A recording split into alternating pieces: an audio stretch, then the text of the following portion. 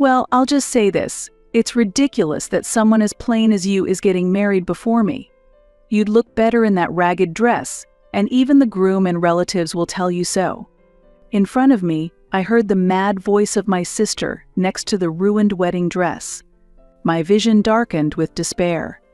However, as her older sister, I couldn't leave her to be such an irresponsible adult. I will show her how happy I am and make sure she regrets her behavior. My name is Sophia.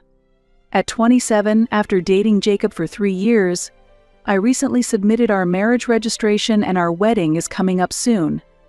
Preparing wedding invitations, food, and selecting flower decorations has been challenging, but thinking of it as an opportunity to show gratitude to the people who have supported us and our friends who have watched over us gives me motivation. Moreover, I have been particular about the wedding dress I chose. Wearing a wedding dress is a once-in-a-lifetime moment. I've always dreamed of a pure white dress since I was little. I spent quite a bit on the dress, but I wonder if I'll be okay wearing it. I think that wedding dress suits you best, Sophia. Besides, wearing a wedding dress is your dream, right? You've been saving up for it for a long time, haven't you? Thank you, Jacob. Yes, it's a special day, so I'll wear the dress I chose with confidence. That's what I thought. The wedding dress I chose has a lovely design, made with plenty of tulle and lace, created by a renowned designer. Just imagining myself in this dress, standing at the ideal venue with my beloved husband, makes me look forward to the wedding day, and it truly feels like a blissful moment. However, there were some problems in my daily life. Sophia, did you really manage to marry Jacob? Wouldn't Jacob be having regrets? Marlene said.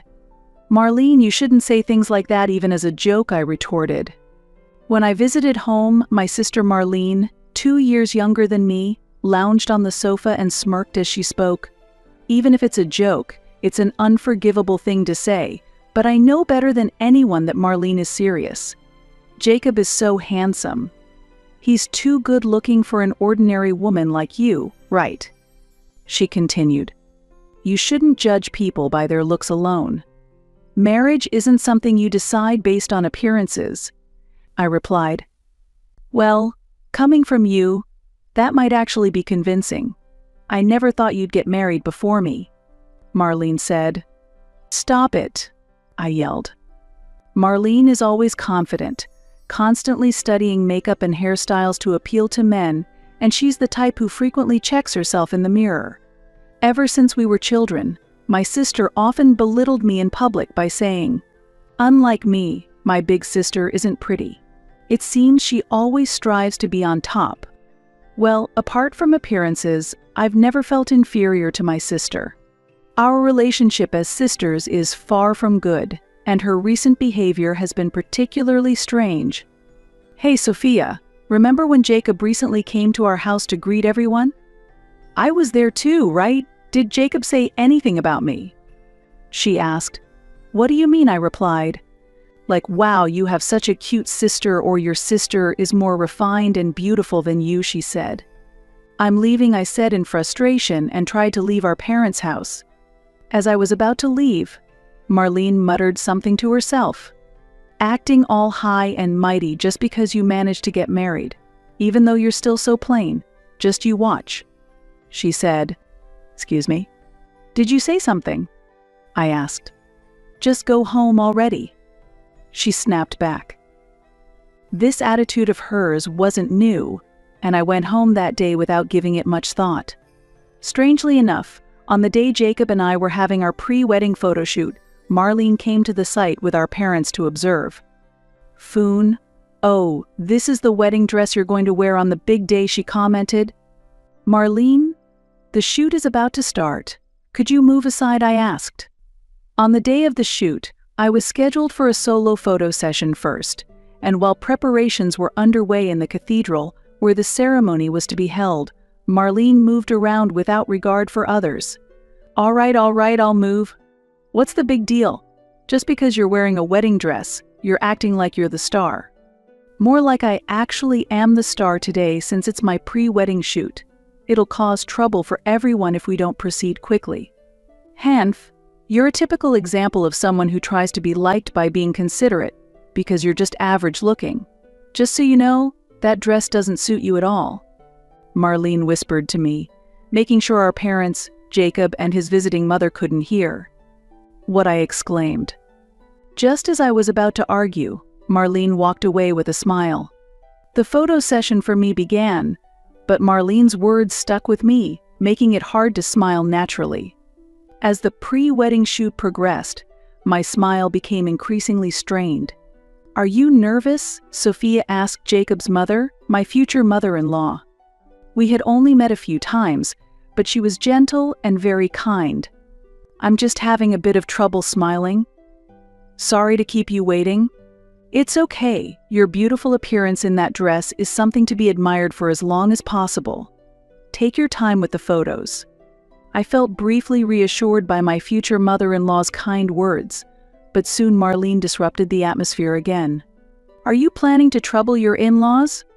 I feel sorry for having such an incompetent sister. Who would want someone like you as a daughter-in-law?" Marlene said. "Marlene, please stop," I responded. At that moment, my future mother-in-law stepped between us and said with a smile, "It's so thoughtful of you to accompany your sister for her pre-wedding shoot. But this is for Sophia and my son. Please, step back a little." She gently took Marlene by the hand and led her to the corner of the venue. As the shoot continued, Marlene watched me with a stern expression, repeatedly clicking her tongue in displeasure, worsening the atmosphere. "Maybe your sister's feeling lonely, like I stole you away from her." Jacob joked. "I'm really sorry." I apologized. Marlene's presence made the fatigue feel much heavier. But finally, the preparations were complete. There's no such thing as over-preparing for one of the biggest events of your life. I did a final check to make sure everything was ready. As my wedding day approached, Jacob and I traveled together from our new home to the venue, where we proceeded to separate dressing rooms upon arrival. Soon, the moment I had dreamed of would arrive, when I would wear my ideal wedding dress and vow eternal love with the person I cherished. A childhood dream was about to become reality. Filled with a slight nervousness and overwhelming joy, I was about to open the door to the bridal dressing room when, unexpectedly, it swung open from the inside. "Marlene, why are you coming out of there?" To my surprise, it was my sister who emerged from the room. As she closed her bag with a spiteful smirk, she said, "Oops, I mistook it for the toilet. Is the bride's dressing room really this shabby? It's sad you have to get ready in a place like this, but it might be just right for you." With those words, Marlene hurriedly left the scene. Although she was a family member, it was still too early for her to be here. Puzzled by Marlene's strange behavior, I entered the bridal dressing room and was shocked by what I saw. The room, elegantly decorated to provide a calm atmosphere, now held a horrifying sight. There hung my wedding dress, mercilessly slashed and ruined. "What is this?" I exclaimed. The dress, clearly identifiable by its tulle and lace details, was supposed to be mine. As I stood dumbfounded before the ruined dress, the makeup and costume staff entered the room. Seeing me frozen in front of the tattered dress, the staff could not hide their disturbance. When I asked if anyone had been in the room, they told me that my sister had claimed she was setting up a surprise decoration for me and had asked everyone to step out. Could Marlene have cut the dress? Why would she do such a thing? I wondered. While I wanted to deny it, the circumstantial evidence pointed to Marlene being the culprit. My suspicion intensified, especially because of her behavior ever since my engagement was announced and the way she had looked at me with hatred during the pre-wedding shoot. With trembling hands, I took out my smartphone and called Marlene. "What? Do you need something?" Marlene answered the phone immediately. Trying to hold back tears, I asked her clearly, "Marlene, can you tell me what you were doing in my dressing room earlier?" "Huh? Didn't I say I mistook it for the toilet? Have you forgotten already? Are you really that silly?" she replied. "That's definitely a lie. You ruined my wedding dress, didn't you?" I confronted her. As I pressed her with heightened emotions, Marlene laughed and said, "What? Something wrong with the dress? It's awful that you suspect me. Maybe this is divine punishment for your bad personality. It's sick that you seem to enjoy this. It's proof that you did it. Why did you mess up my dress so badly?" I expressed my anger openly. "Ugh, what a hassle." "Do you have any proof that I did it?" Marlene said nonchalantly and continued, "Well, just to say, it's weird that someone as plain as you is getting married before me. You'd look better in that ragged dress, and even the groom and relatives will tell you so," Marlene said, and then she hung up the phone. The dress in front of me was beyond repair. The staff, who had temporarily left the dressing room at my sister's request supposedly for my sake, were constantly apologizing. But no matter how much they apologized, the dress would not return to its original state. I kept telling the staff, "It's okay," but I was really unsure if I could continue with the ceremony. In the midst of this desperate and heavy atmosphere, there was a gentle knock on the door of the bridal dressing room. "Sophia, how is your preparation going?" What is this?" my mother-in-law exclaimed as she entered.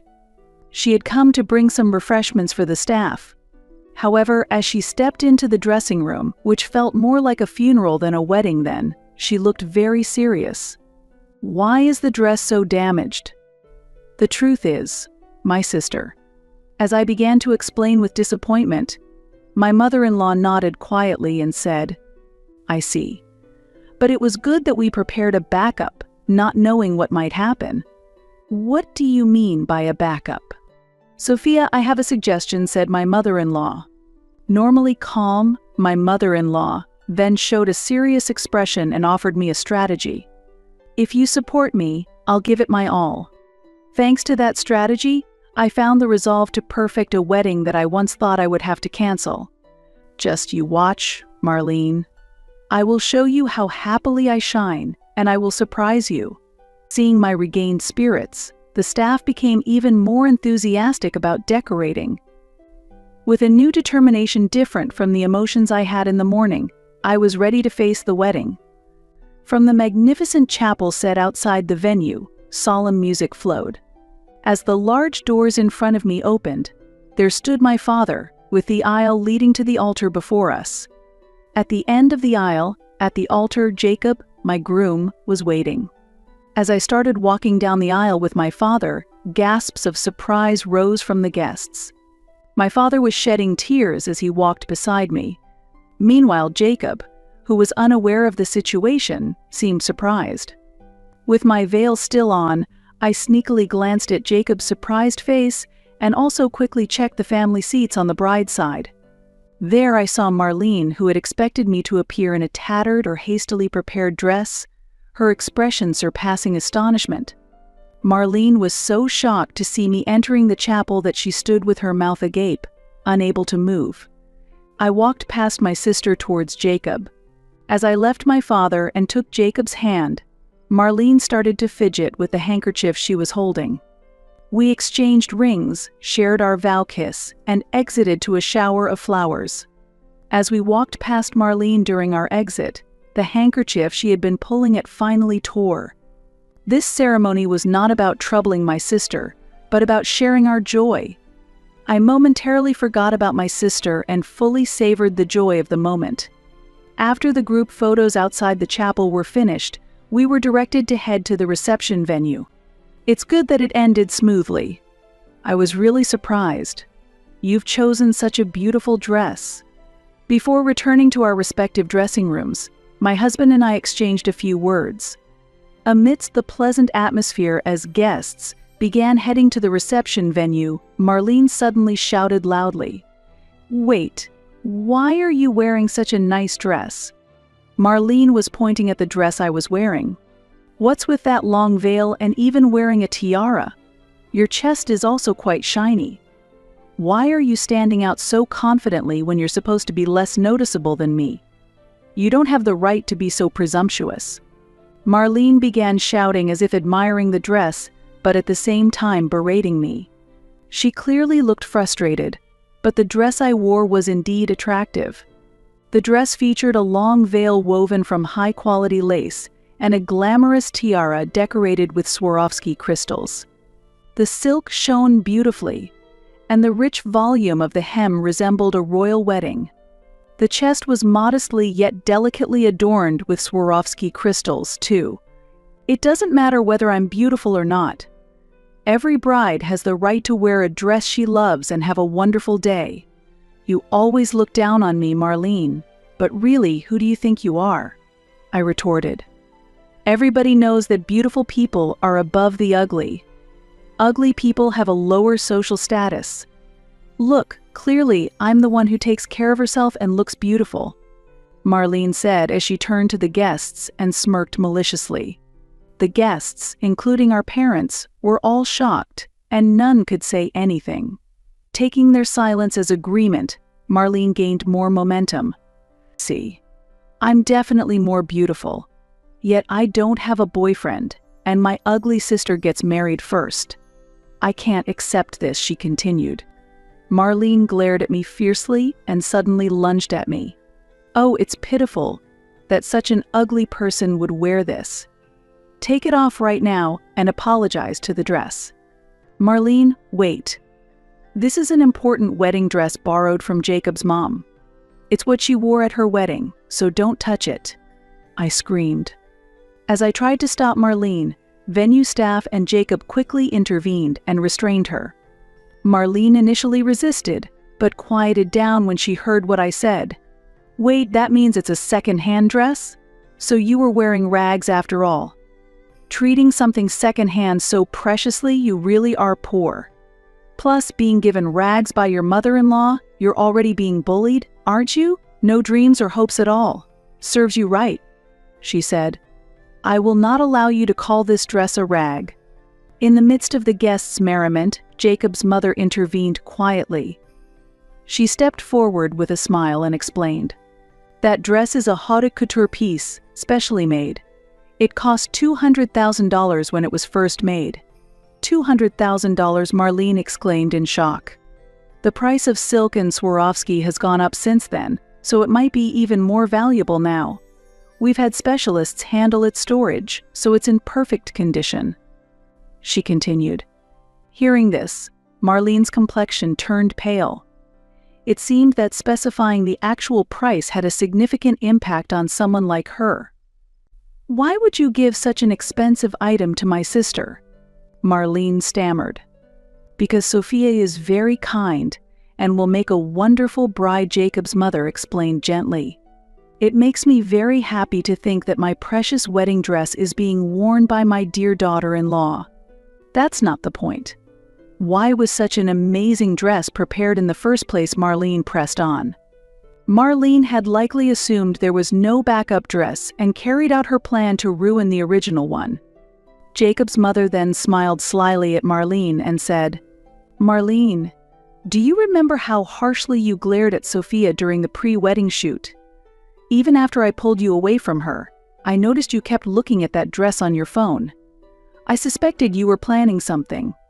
I thought you were just a clueless old woman, Marlene muttered.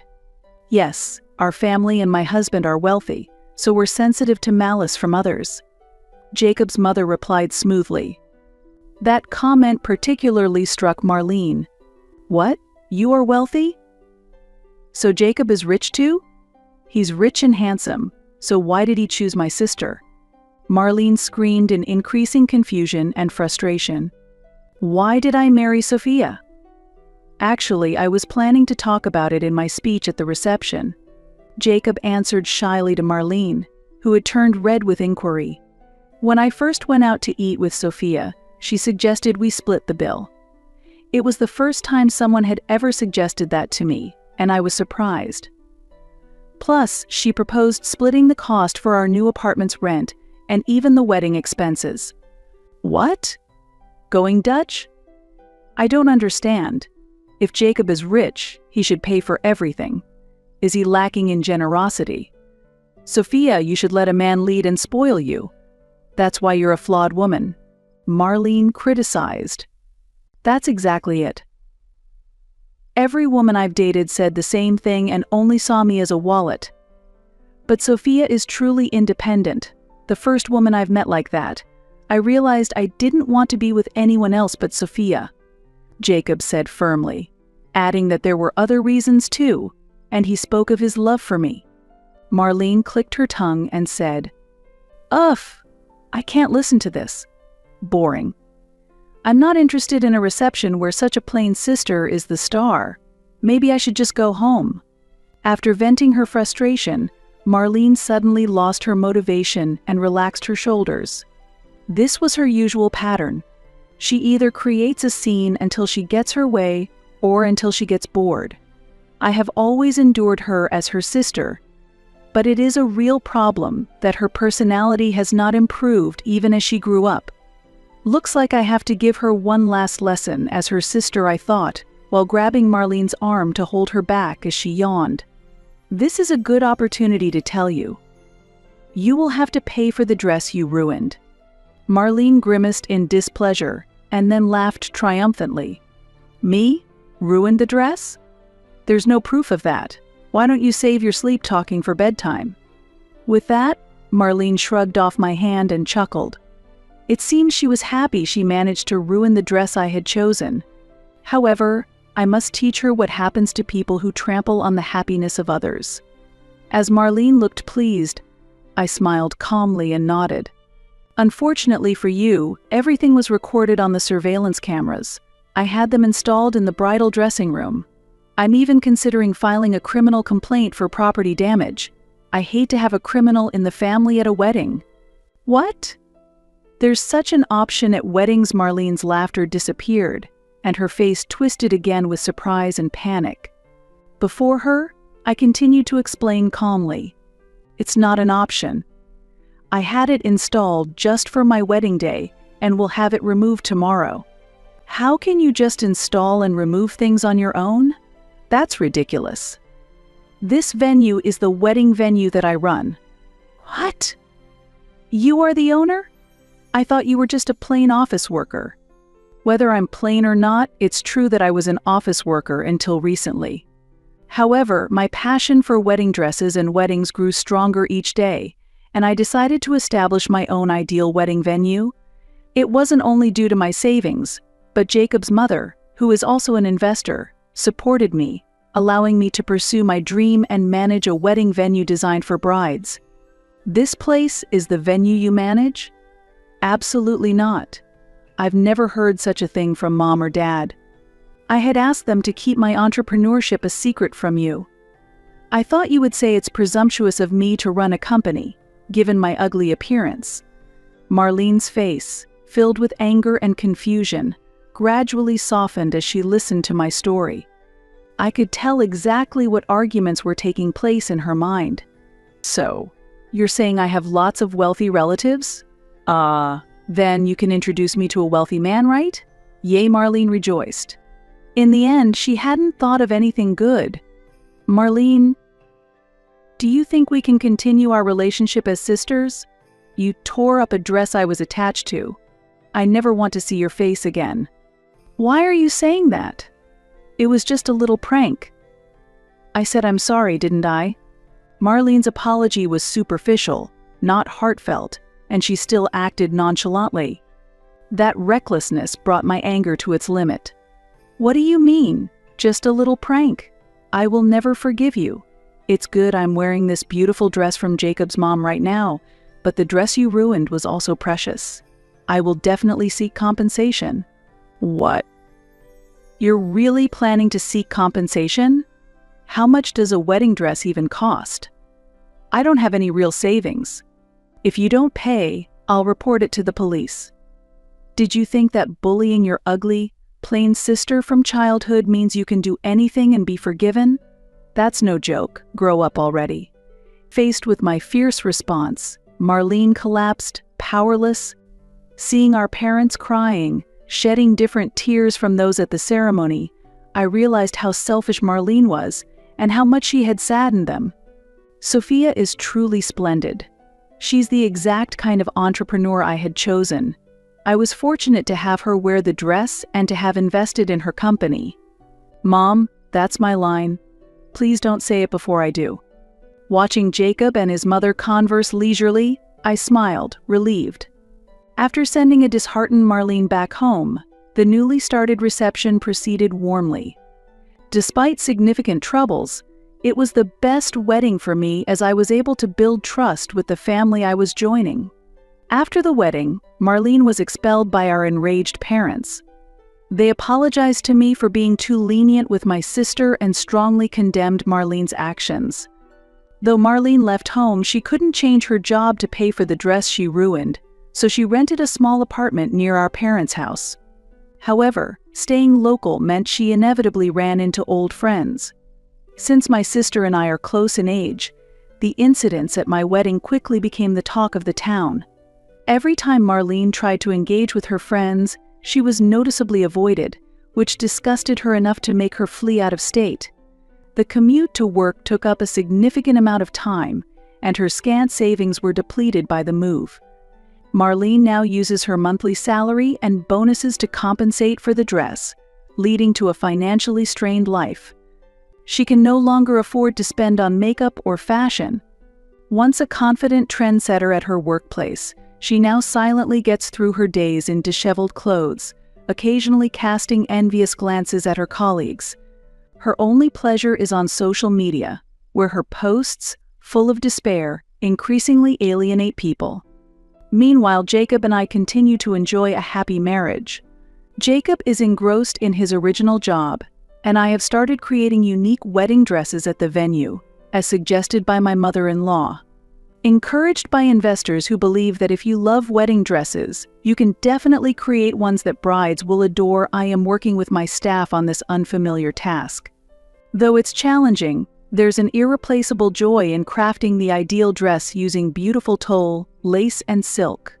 Remembering the dress Marlene ruined still pains me, but looking at the photos of me and my mother-in-law's wonderful dress, where Jacob and I vowed our eternal love, helps me heal little by little. Most of all, being present at the moment a bride I've dressed celebrates the best day of her life has allowed me to find new joy in weddings. I am grateful every day to Jacob for marrying me and to my mother-in-law who supported me at work and when my dress was destroyed. And, oddly enough, I am a bit thankful to my sister for reaffirming my love for wedding dresses.